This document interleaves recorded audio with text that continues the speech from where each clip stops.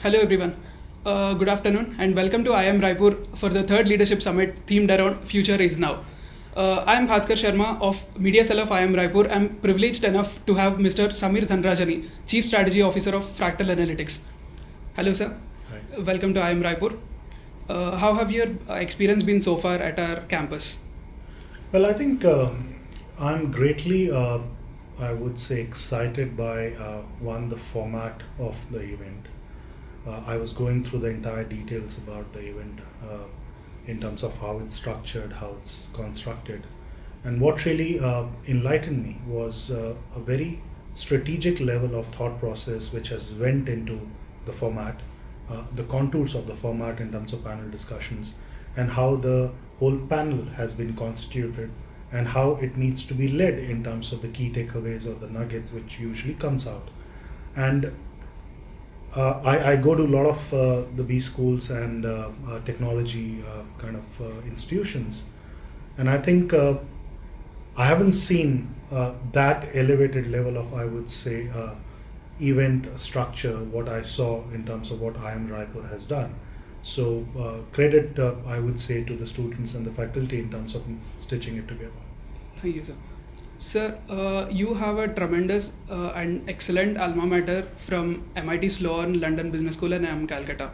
So, what keeps you motivated to stay always keeping your learning curve always high? So one, I think it's good that you guys have done research about my profile and the background, because it's good to see that kind of, I would say, detailing out. I think it's a question of relevance.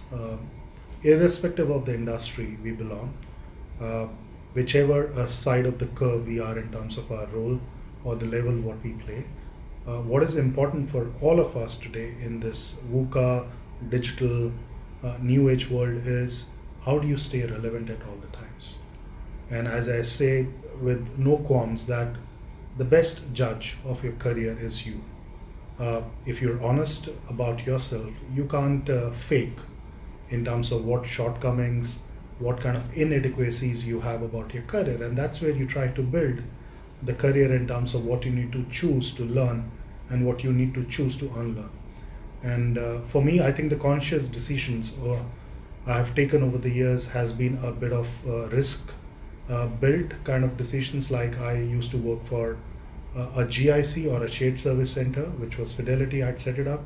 Then I moved to a completely different environment of a third party, Cognizant, then to a niche and a boutique AI firm, Fractal. So all these three different industry segments are, I would say, not only different, but their entire perspective is different in terms of how they operate. And each of these three stints have given me enough, I would say, understanding how these industries work. And to keep them relevant in these industries, what is important, how do you equip yourself? And that's where I had to kind of do those, I would say, courses and certifications to stay in the game and being relevant. Thank you, sir. That was insightful. Sir, you have been vastly experienced in AI and machine learning, and also have been the advisor for artificial intelligence for the governments of Andhra Pradesh and Telangana. So, what backlogs or the gaps you think can still be filled with a much faster pace? Like AI and ML are already penetrating into Indian market in various industries. So, what immediate gaps do you think needs to be filled for the public welfare? Sure. So I think first of all, AI with all its, I would say, hype and hoopla we are seeing in the market is still at a very infancy, at a very nascent stage. As we speak today, 28 nations are either on the verge or have already adopted AI in terms of the policy. So it can go bigger, first. Second, I think when we talk about sophistication and image, voice, text, and video side of analytics, which is AI, the key thing which AI is revolutionizing is decision making process. The way you take decisions, the way I take decisions, the way anyone takes decision, or the way we take decisions in the corporate is different. Majority of our decisions over the years have been led by intuition, gut. Or this guy said it, this person said it, that's why I've taken a decision. Or this is how we've done it in the past, heuristically, this is how it will happen. Now the thing is, on a flip side, all the decisions today have been influenced by algorithms, which is where AI is coming into the picture. We're looking at new data sets of images, voices, a kind of a, let's say, new sample sets of kind of videos to analyze and predict what can actually go wrong or go good.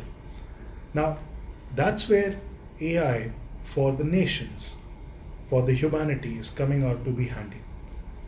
If you take, let's say, the things around what India can do, and some of these things are happening today, the demonetization, big project for the government, there were AI tools which were actually deployed to find any anomaly in the transactions. If you take, let's say, the Jan Dhan Yojana, which is financial inclusion, all the aspects about what accounts, what kind of a demographic profile of the people who open accounts is all linked to how AI can actually solve this problem. Now, a very peculiar example I want to give is, which is very disparate and no one would have thought, but it's happening in India, is Swachh Bharat campaign. Now, you will say, okay, Swachh Bharat campaign and AI, what is the correlation? The only thing we know about Swachh Bharat campaign is, yeah, the government has levied certain cess of our salary and it's going from there. No, but it's not that. So the government has earmarked about 12,000 crore worth of money in terms of setting up sanitation workplaces in the remotest part of 600,000 villages. It's a big task, it's happening in stages. Now, what happens if you, let's say, go to a remote district of Raipur or within Jharkhand and you happen to use one of the sanitation workplaces and you don't find the quality to be good? So once you come out of the sanitation workplace, you see a kind of a WhatsApp number. You post the picture on that WhatsApp number, the picture goes to a central command center. Now, a central command center in the earlier year used to be like 3,000, 5,000, 10,000 call center associate taking complaints. No. Here, on an automated basis, that picture gets translated into every sanitation workplace has been labeled, annotated. On the AI/ML platform, the picture will go straight away to the contractor because it's labeled, telling the district, telling the area where this washroom has a hygiene problem. There is no manual intervention. And the contractor, and this happens, by the way, in just 40 seconds. Contractor is expected to respond in 15 minutes. And the total command center, people who are managing this, is just 2 people. That is the power of what we are saying, solving AI in terms of solving those large, complex, unresolved problems. Thank you, sir. Those were some of the valuable insights. It was great interacting with you, sir. Thank you. Thank you so much.